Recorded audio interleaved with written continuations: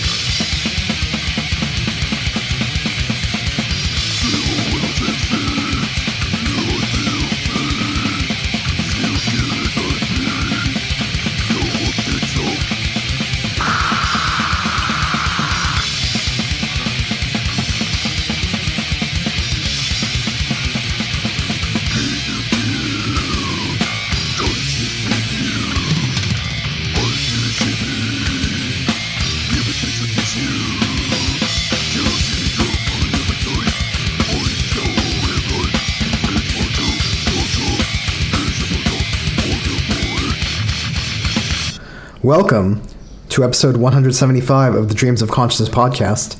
If you'd be so kind, would you mind introducing yourself? I am Paul Mazurkiewicz, the drummer from Cannibal Corpse.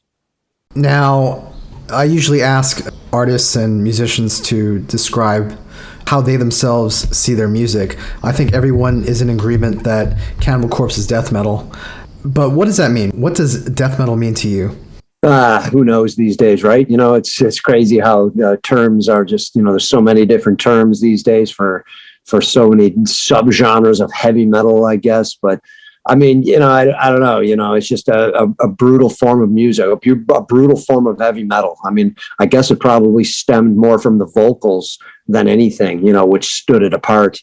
from thrash metal and speed metal or whatever back in, the late 80s and all that, when it was starting to really, come into light more. So, and then maybe, just the subject matter being a bit more horrific. But I mean, it doesn't always obviously have to be just about like what we read about, just, very dark subject matter. But, but I guess it to me, it seems like it's more just, like, right, an extreme form of heavy metal, and the vocals are what kind of make it more death metal than anything, when you have the guttural, sound there in that manner. So that's probably how I would, why I would call it death metal.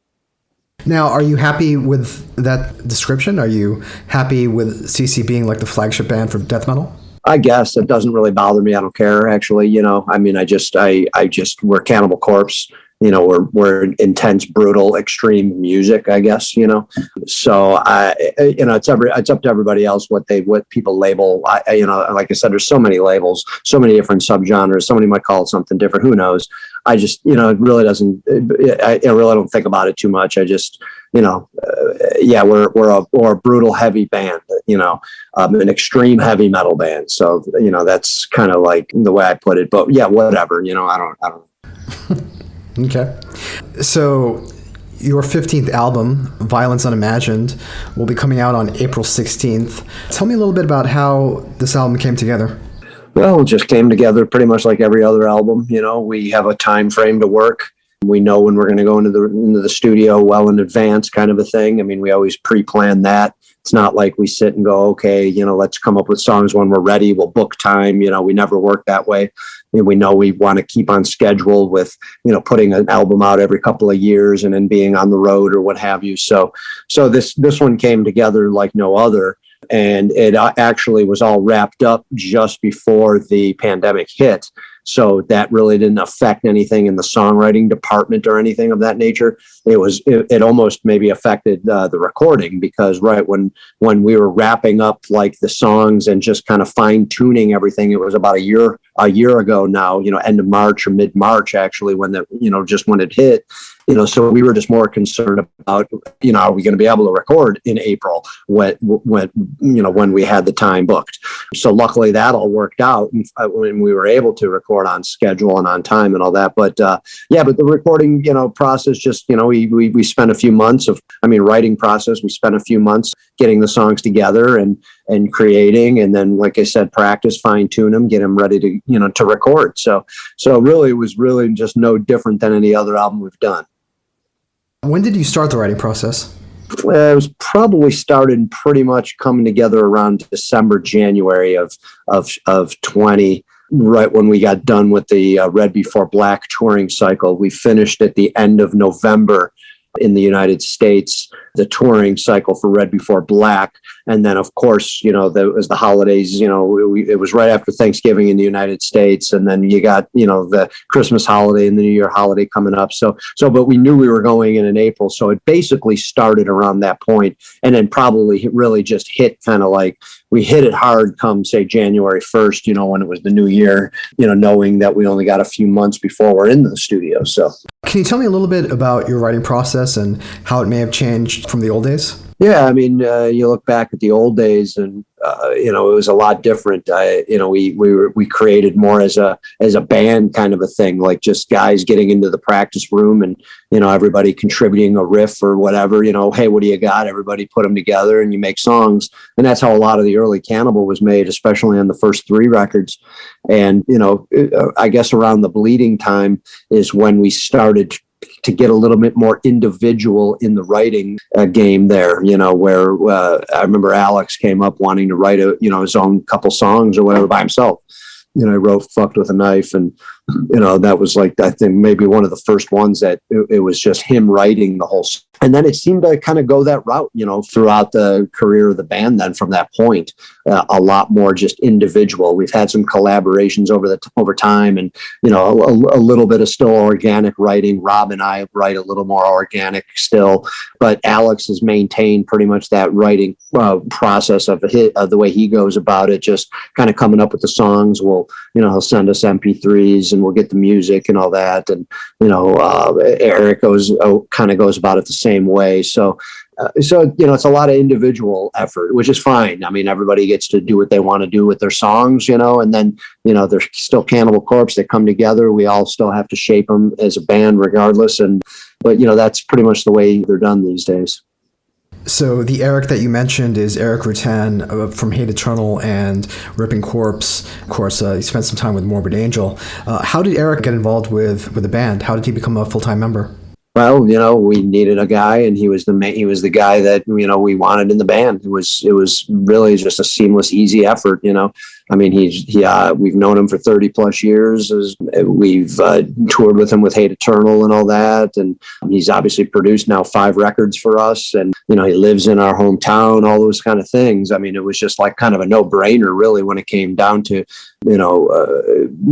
wanting to get him in the band. I mean, and luckily he felt the same way, and was, like I said, it was kind of like really just the easiest, seamless transition that could be, I guess. So.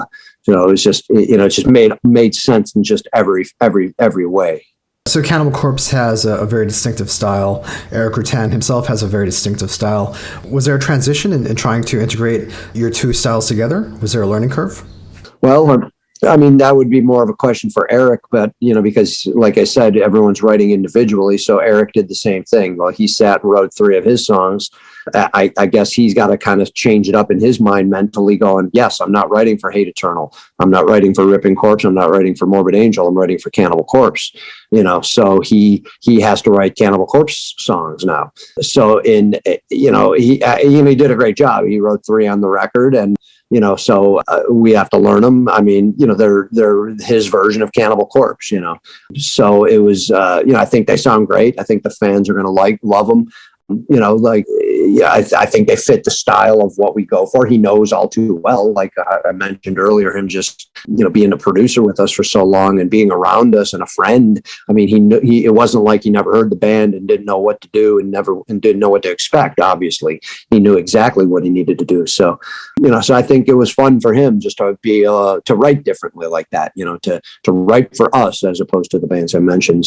So it was cool. A lot of fun, something different, gives a little bit of a different flavor, a little aspect to the, to Cannibal sound here, having 3 of Erik's songs involved. So it'll be cool, man. It'll be really cool to see what the fans think. For you personally, was it tricky adapting your style to Erik's style? I think he tried to adapt to my style, to our style, because he's, like I said, he's writing for Cannibal Corpse. He's not expecting me to be Hate Eternal or Morbid Angel here, so he's going to be adapting to our style of writing, so, and everyone's going to have their way of writing. It's going to be a little different. Erik's very straightforward, so his songs, of course, if you heard him or, about to hear him, Condemnation, Contagion, Ritual Annihilation, and Overtorture on the new record, especially Ritual Annihilation and Overtorture, just very, very straightforward, fast songs. Condemnation, Contagion, probably the most different song he's ever written, because it's more of a plodding along, just cruncher, that he's not obviously used to writing, with Hate Eternal and previous bands. So I mean, it was him catering to kind of us, and then of course it was difficult. I mean, I still had to work, it wasn't easy. None of this was easy. Erik's songs, like I said, were Condemnation was challenging mentally a little more so, and Ritual and Overtorture were more of a physical songs that I had to kind of, work on, get my stamina up, get my speed going a little more so than I have maybe in a little while. So it was challenging. I think it was challenging for both of us, but he wrote some great Cannibal Corpse songs for sure. When you say challenging, do you just mean the physical aspects, or were there other reasons why his songs were challenging? Well, mentally as well. I mean, especially the way Alex and Erik write, they're writing individually, like I said, but what they also like to do, and I have no problem doing this makes it a lot different and a little more diverse in the drumming department, is, they pretty much come up with their drum ideas and lay them down. And, they're not set in stone or anything, but they have a good idea of, it's a good representation of what they're looking for in the drum department, and most of it's stuff that I would probably do. A lot of it isn't. So then that's what it comes down to, be a little bit more of the mental challenging. The beginning part of Condemnation, Contagion, a very syncopated, just weird, little bit of bass drum shuffle in there with some cymbal work that's just it was a little difficult for me to grasp at first because I would not do that. If I was writing the drum parts, I'm sure I would write something different. And then Alex writes the same way. The song Slowly Sawn and Cerements of the Flayed, very mental. I mean, Slowly Sawn especially, it's not a fast song at all. It's a very, it's a slow song on the record, and it's a great song, very heavy and all that, but it's so mental because it's stuff that I probably would not have came up with. So I have to wrap my head around that, grasp it entirely, and then go to record. So it's challenging. It's challenging when we do it that way, but it's good. Like I said, it makes more of a diverse record, makes the drumming a little more diverse. We're all adding our little, touches to it, and if everyone's got cool ideas, I don't think anybody minds, somebody's got to, come up with a guitar riff. I've written guitar, songs over the years. I'm not really a guitar player, but I can do it, and I have, and so it's just good to contribute, when it comes down to everything, the lyrics and the drumming and the music, and anybody's got good ideas that's going to make the album and the songs come together as a whole. We're all for it. We're a band, so.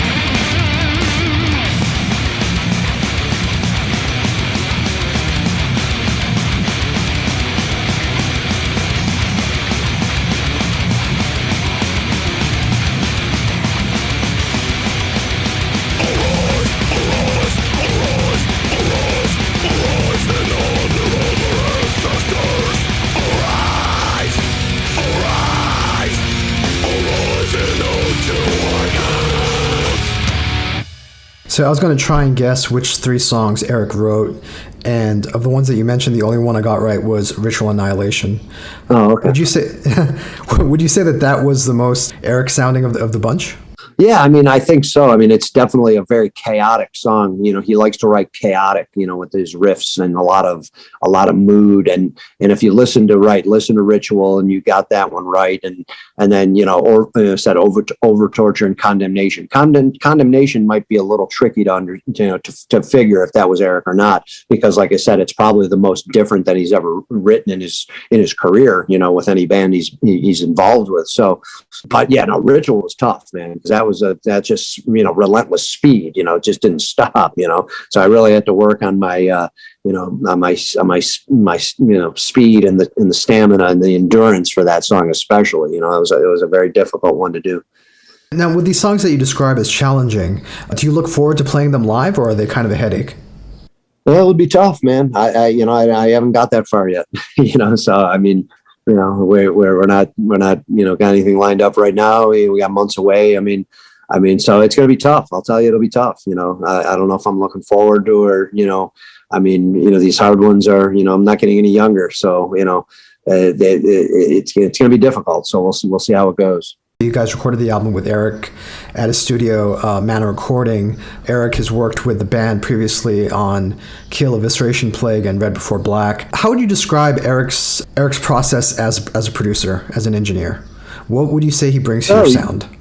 Well, you know, I mean, he's every producer, everyone's going to have their own touch or whatever they do, you know, behind the board. That's, you know, it's out of my league, out of my expertise to even say what he does, you know, differently than the other guys. I mean, I just go in and play my stuff and let him do his job, you know. So, but I mean, he's a workaholic, right? You know, and he's a perfectionist. So he's gonna definitely, you know, make you feel comfortable, which is good. Obviously, like I said, we've known him for so long, and he's a friend of ours. So you feel comfortable. And I mean, I really think the biggest thing with Erik, you know, when it comes down to it, is just the fact that he's, you know, a death metal guitar player. You know, I mean, obviously we've worked with some great producers over the years, and no one is like Erik in that sense. Nobody is like in a death metal band that's producing the record, you know. So I think that's probably a little bit of a plus. You know, he knows a little bit, has a little more in that kind of you know, situation there. So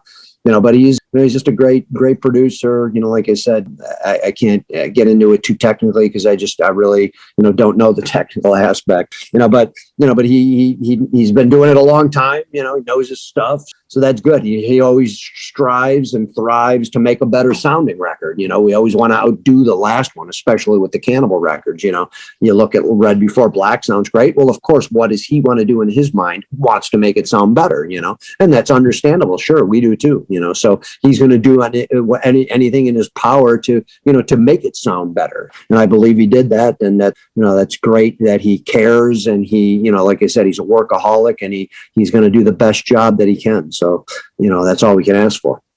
Is it easier or more comfortable working with a fellow musician, somebody like Erik who works in the same genre as you? Yeah, I mean, I think so. I mean, you know, like I said, he's going to have a little more of that that's, you know, hey, this, you know, could be done better, this different, you know, because he knows the music. You know, maybe some producers are great producers, but maybe they're not going to know the music per se as much, you know, as like Erik would, you know. So I think it's a huge plus, you know, having him have the knowledge, and him, you know, him being in a death metal band and playing guitar. I think that's huge. And this is the first time that you've had an album produced by a fellow member of the band. How did that change the process or affect the process at all? It really didn't. The only thing, Erik just had more work to do, you know. I mean, obviously in previous records, well, he's the producer, you know. Well, now, well, he's producing, but, you know, he's playing guitar, you know, he's doing solos. He's got a lot more work to do than he normally does. So, you know, that was just added to his workload. So that was really the only difference here, you know. Other than that, it's business like he normally was, but right, he's got to do more work. So you know, it was maybe a little more stressful on him overall, but, you know, like I said, he's up to the task, and he did a great job, and, you know, he's a pro, and he knows what needs to get done. But yeah, a little more work for him on this one, of course. Do you have a favorite song on this album? I would say Inhumane Harvest is my favorite song on the record. I say that's my favorite song, So we touched on this at the beginning of our conversation, but there are a lot of modifiers to metal and death metal these days. You got your brutal death metal bands, your death thrash bands, black metal inspired death metal bands. You guys have been very consistent with what you've done since the beginning of career. What is the secret to your consistency? I think we just... How do you keep Cannibal? Well, I think that's it. It's just we've stuck true to what we believed in, when we started, just being a brutal, in your face, kind of straightforward death metal band, I guess. And, we in Cannibal couldn't be anything other than that.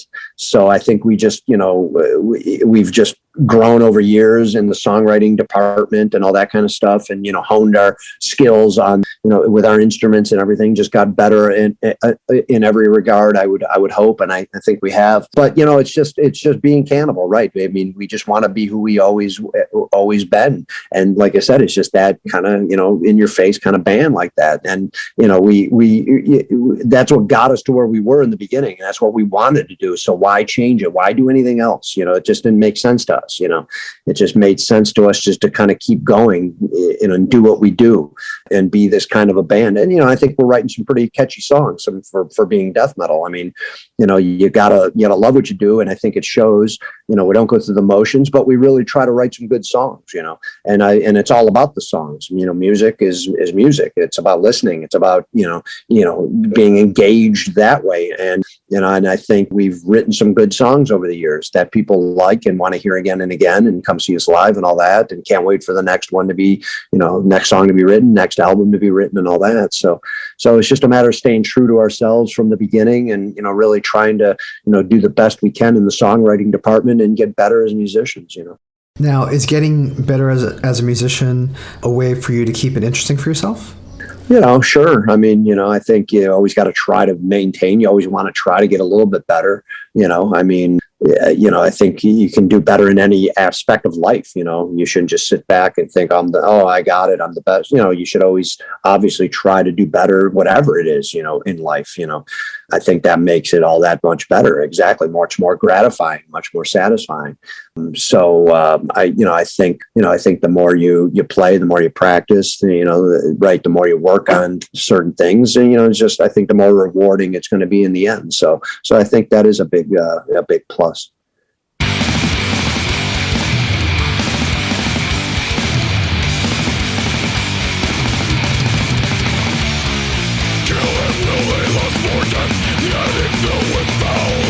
Rising up from the basement, stay on blood-red bodies running once alive, now forgotten, slaughtered for no fucking reason. Let it to be murdered, tragic, innocent victim silence, stunting in the thoughts was random, brutal ways to die. Fighting or in vicious manner, sending lives is all that matters, torturing for the pleasure. Dismembered corpses on display, trophies of your evil carnage, future needs to be remembered. Ready to be murdered, frantic, innocent victim silence, stabbing in the hearts was random, brutal ways to die.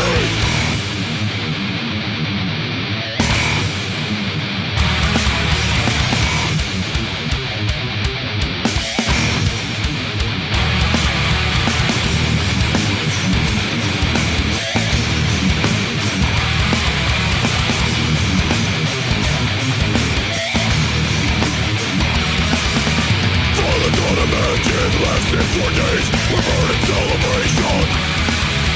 Cruelty of the scene, driven by hate, ghost of fascination.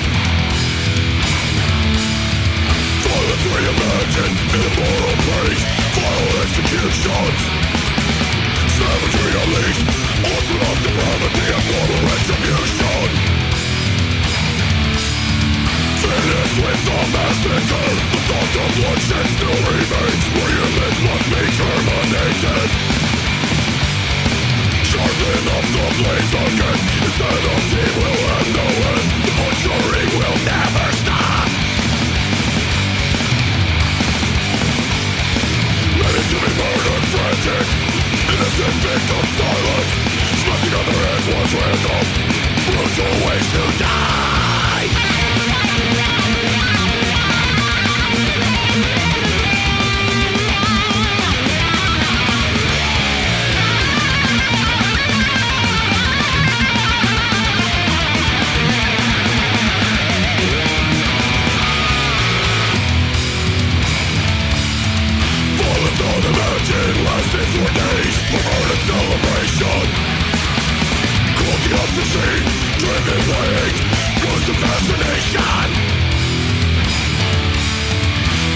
Reimagined immoral praise, foul executions, savagery unleashed, onslaught depravity and normal retribution.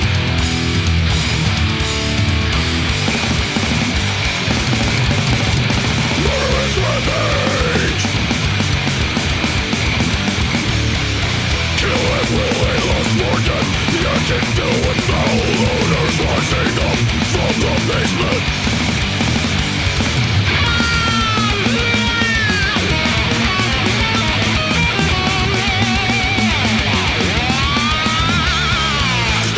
Bloodstained bodies floating once alive, now forgotten, slaughtered for no fucking reason.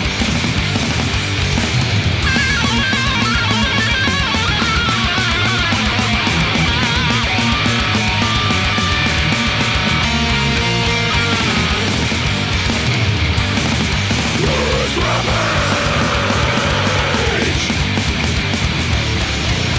Now, it's been 31 years since you guys released your first album. Unlike a lot of your peers, you guys never took a break. You guys never put the band on hiatus. You've been remarkably busy for 30 years, and you've always kept Cannibal. What's the secret to your longevity? How have you guys been able to keep it going this long? Well, we just, like I said on the last question, we just love what we do. We're very fortunate to have made a living off of this, and it makes it a little easier to keep going when, right, hey, we're going to be able to go out on the road, and it became our job, our livelihood, and all that. That's what we wanted as kids and grew up, and dream come true kind of a thing. So I think we just kind of want to make the most of it, and just strive and thrive for the best. And you only live once, and life's too short, and we have that opportunity to be able to do what we've been doing here. So like I said, you just got to make the most of it, and work hard and stay positive, and just keep doing what we've been doing. So and like I said, it comes down to write good songs. So you've been working with Metal Blade since your very first album. How would you describe your relationship with Metal Blade? Oh, it's great. I mean, if it wasn't, I don't think we'd be on the label anymore, of course, so I think that just a testament of how amazing they are. Brian Slagle, Mike Bailey, Tracy Veer, all the people we've been working with since day one, a few of them are still there, of course, the big wigs, and it's become a family and a major friendship, of course, so, we couldn't be happier, and we're we get our freedom for creative control and all that, and they support us big time. So it's if it's not broke, why fix it, kind of a thing. And we just been happy since day one, really. So there's it's been an awesome relationship. Speaking of if it's not broke, why fix it? You have also been working with Vince Locke since your very first album. How would you describe your relationship with Vince, and has it changed at all since that first album cover? Yeah, same thing. I mean, we're very fortunate to have Vince want to work with us, and we kind of grew together in that way. I mean, he's pretty much like the same age as us, and obviously he was. We come out, and then he's got his comic, Dead World Comics, going, and he probably was obviously was more known than we were at that point, but. When we wanted to use him as an artist, and he said yes, and I mean, we were just very thrilled, of course, and then just wanted to keep it going. We love his art, and it's cool to have that consistency. To have the same artist. I think the fans really like that a lot. And Vince has become a vital part of the band for creating our imagery. So yeah, it's been another great relationship, of course. I mean, in the early days, it was always we're going to make a record. Well, we got to get a hold of Vince and see if he's interested, kind of a thing. Nowadays it's like, hey, Vince, we're doing another one. Okay, man, I'm ready. I mean, it's it's not even a question anymore. It's just a matter of when it needs to get done. So that's cool. We have a great relationship with him, and like I said, we're very fortunate that he's stuck with us this whole time, and I think we've both helped each other out in that way, and he's come up with some great work for us, for sure. So we're always excited to have him aboard, and looks very, very, very happy the way the relationship has gone. So speaking of Vince's art, I understand that the image that's publicly available right now for Violence Unimagined is actually just part of the full image. Do you want to say something about the full image, what people can expect from it?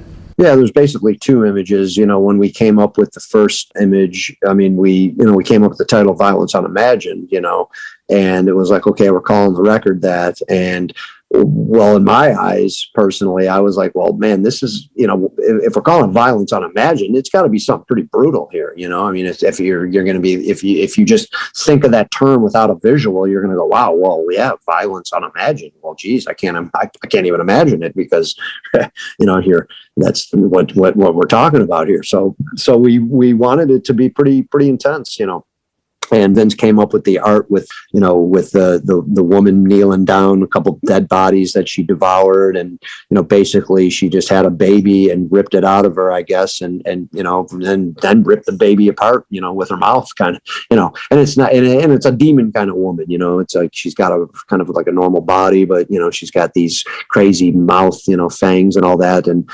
so obviously that was going to be just the cover. We would have loved it just to be the cover, like a Butchered at Birth. Where really we only had one cover, but of course, as soon as you send it to the record label, then we, we're going to have some issues here. We're probably going to get banned here or censored here, or it's not going to be accepted in this store. So the record label wanted an alternate version as well. So that's where you see the main piece, basically the censored version with the profile of that woman with the, or their tongue sticking out and the fangs and all that, or the teeth. So it's kind of like a side view. It's not really it's not actual piece of the original artwork. It is its own piece, but of course it coincides and it ties in with the main piece of art. So it's cool to have both. I think it's going to be included in the CD, if I'm not mistaken, in the album. Like if you get the album in the CD and it's got the censored version, I believe it's going to be inside, so you'll still get that piece. It just won't be on the actual front cover, but it was, cool to have something gory and old school, so to say, like I said, kind of remnants of, or not remnants, but reminiscent of, Butchered at Birth kind of a thing. And, from the reactions we've been reading and seeing, the fans really dig, both pieces, but they're definitely, pretty thrilled that we went kind of a little more old school with the original uncensored version. And, why not? Yeah, we're Cannibal Corpse. So that's cool. You're Cannibal Corpse indeed. So 31 years since the first album came out, it doesn't sound like you're about to slow down or stop. But, in the event that you guys do decide to hang this up, what do you think the legacy of Cannibal Corpse will be? And how do you guys want to be remembered? Well, I think I think it's going to be a great legacy of, a brutal death metal band, that did it our own way. We were Cannibal Corpse. We were intense, crazy, death metal. And, we did some things, we sold some records, we played some shows, we sort of almost crossed over into like kind of mainstream metal in a weird way, being on some festivals, playing with bands like Slayer and, playing with some of the, bands we grew up with that, on metal festivals that just, awesome to do, that's amazing. Feel very happy for all that kind of stuff. But I would just feel that it would be great to go down as one of the most brutal bands of all time, uncompromising bands. Like I said, we just did it our way, and that's important. And I think we'll probably known for that, in the end, we probably will be known for that, so when that time comes, that's hopefully what people will be talking about. Violence Unimagined is the name of the 15th Cannibal Corpse album, and it'll be out April 16th through Metal Blade Records. Paul, please tell people how they can order this album. Well, I believe you can go to metalblade.com and you should be able to get it there. You should be able to go to cannibalcorpse.net, which is our website. So I believe those two sites should not do you wrong. You should be able to get somewhere with that. And so, go to cannibalcorpse.net and metalblade.com should take care of you. So I should point out that there are a vast number of limited edition vinyl versions of this album. I believe as we record this podcast, a number of them, or at least half of them, are sold out. And by the time this podcast comes out, I think the rest of them will be sold out. But do you want to say anything about these special editions? Yeah, I mean, it's just cool that, there's always something for somebody, I mean, we got a lot of different bundles and, a lot of different variants, right, of the LP, which is cool. So I know Decibel Magazine did the limited edition thing themselves, like 300 copies or whatever. So yeah, I mean, it seems like vinyl hasn't gone anywhere. It took that lull for a little bit and it's back stronger than it ever has. And obviously there you go. I mean, if all these pre-orders already sold out in the vinyl aspect, that's pretty cool.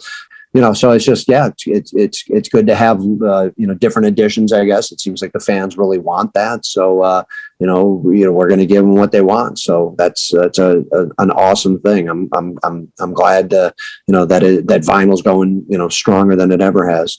And if people want to follow Cannibal Corpse online, how can they do that? You guys are on all the social media platforms, right?